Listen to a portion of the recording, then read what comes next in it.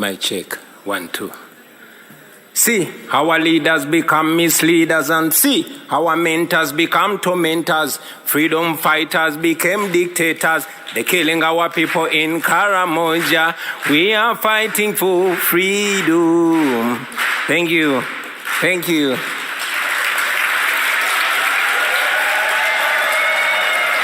Thank you. Thank you very much. Thank you for the opportunity to share my story, which also represents the story of very many Ugandans that have endured human rights violations for the last 36 years. I never intended to get into politics, and neither did I pay much attention to the political space until my personal consciousness was awakened rudely by my personal humiliation at the hands of a security operative.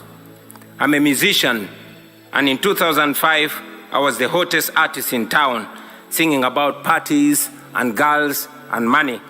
And so, like any other 23-year-old who is successful, I went out and bought a big fancy car, a Cadillac Escalade with spinning wheels and a personalized number plate, Ghetto. One day, I was at a nightclub in Kampala when a security operative pulled me out of my brand new car, slapped me in the face, and put a gun on my head. And he asked me, "Yo, why are you showing off? Don't you know that this country has owners?" I drove away humiliated, and this horrible feeling was all over me, a feeling of you deserved it. Because he was right, I thought I was safe as a celebrity, partying with the rich and powerful military generals, whining and dining with them. But I did not know that it didn't change the reality that I was just a boy from the ghetto, and that I would not be free from their oppressive rule until everyone in Uganda was free. That incident reminded me of the humiliation that many Ugandans faced every day. I couldn't forgive myself for having allowed my temporary and deceptive comfort and elevation from society to blind me from the plight of my fellow disadvantaged people. And I decided on that day that moving forward, I would be a voice of social justice. For 36 years, Uganda has been under the rule of Jbmuwonge Museveni. More than 85% of Ugandans have never seen another president in their lifetime.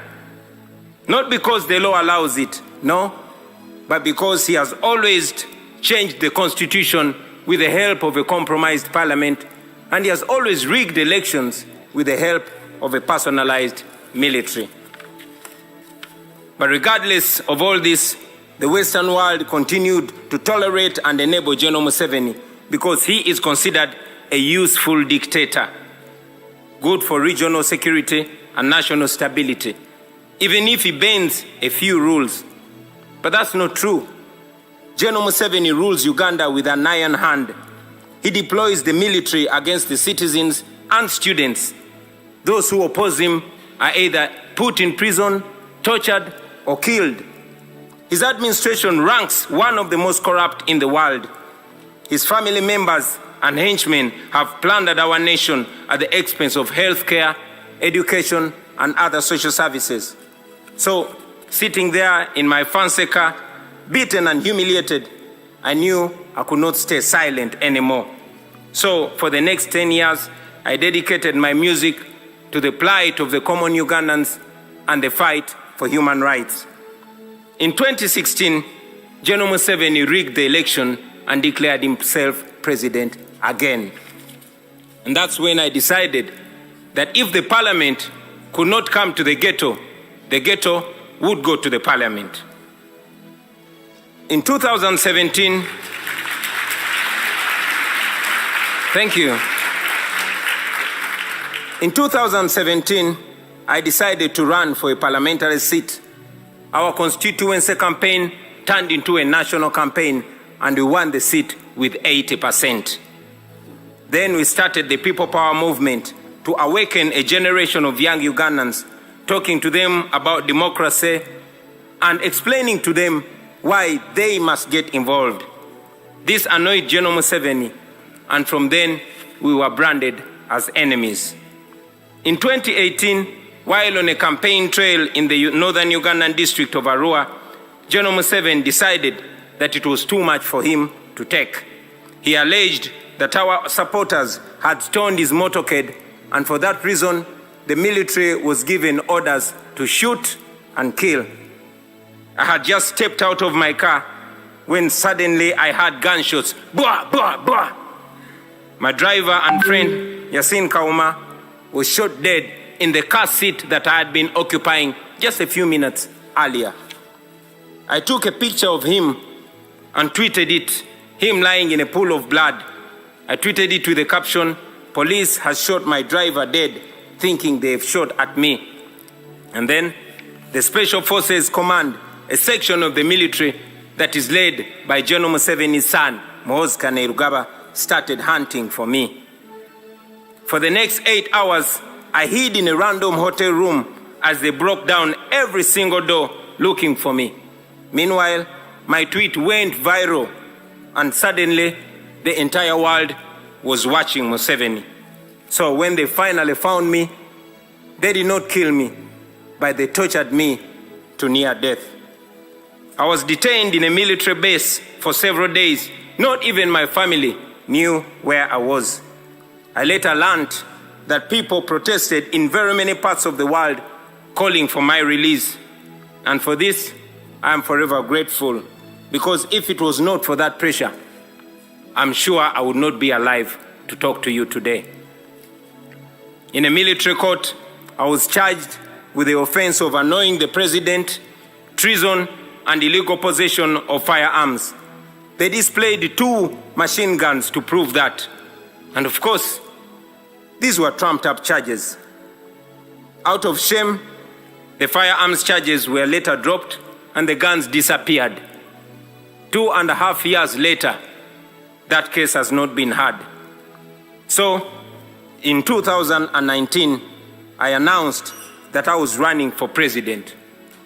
Now, under Jbmuwonge's Uganda, that means 3 things. It either means prison, or being forced into exile, or death. But we were ready for all that. And yes, that's exactly what happened. We endured the most horrifying campaign, the most violent campaign, the most brutal and murderous campaign you can ever imagine. In November 2020, I was arrested for allegedly violating COVID-19 regulations, a convenient excuse for Museveni to suppress his political opponents. Our supporters protested against my illegal detention, and the military went on rampage. They shot and killed hundreds of people. But of course, Jbmuwonge came out and said that they killed only 54 protesters.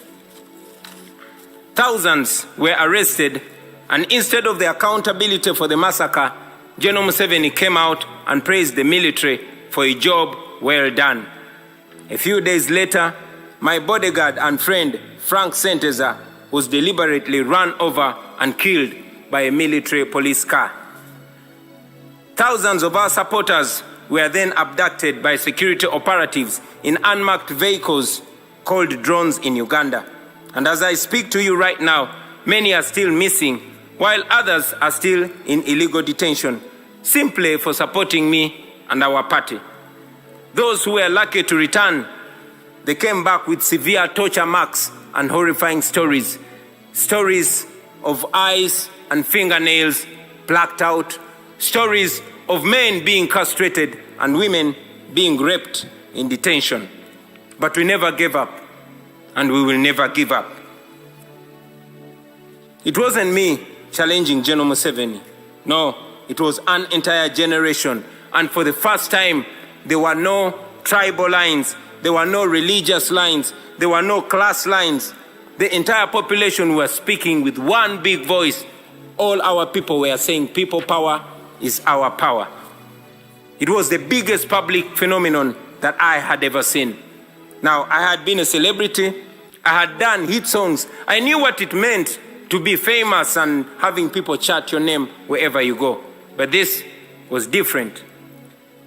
On election day, after casting my ballot, I went home only to find my house surrounded with hundreds of soldiers, and later I learned that the same was happening to all our party offices across the country. The internet was switched off. Mainstream media was placed under strict censorship. Any radio station that dared to report on the election was immediately shut down. Radio presenters and journalists were arrested. And so in this complete blackout, Jbmuwonge declared himself winner of the election again.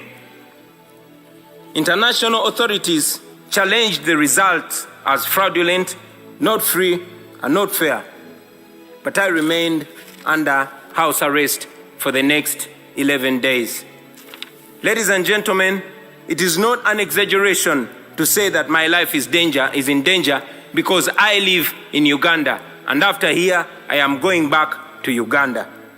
I have lost friends and colleagues at the hands of security forces. I have been arrested and charged very, very many times, and my only crime has been challenging Jbmuwonge's dictatorship. I'm therefore here to tell the world with clarity that Jbmuwonge is not the leader you think he is. He is a threat to the people of Uganda, and yes, he's a threat to the entire region. The international community has already recognized that the 2021 election in Uganda was neither free nor fair. And it's important that these words are followed with firm actions. First, we call upon the world leaders to stop shaking Jbmuwonge's blood-stained hands through funding and cooperation. Secondly, we call upon the governments and organizations all over the world to impose sanctions on him and the people that he uses to torture and kill innocent citizens. Thirdly, we call upon all those who value democracy and human rights and the rule of law to isolate Jbmuwonge because he has distinguished himself as an excellent violator of human rights who has no respect whatsoever for human life and human dignity. And fourth, we ask you to support our demands for accountability for the crimes against humanity that he has committed and continues to commit against the people of Uganda. Now, for far too long, the Western world has believed that allowing dictators to hold their nations hostage is an unacceptable cost for perceived security. Leaders who tolerate dictators and treat them as legitimate partners are complicit in their crimes. Please do not be partners in crime. Do not sacrifice your moral obligation.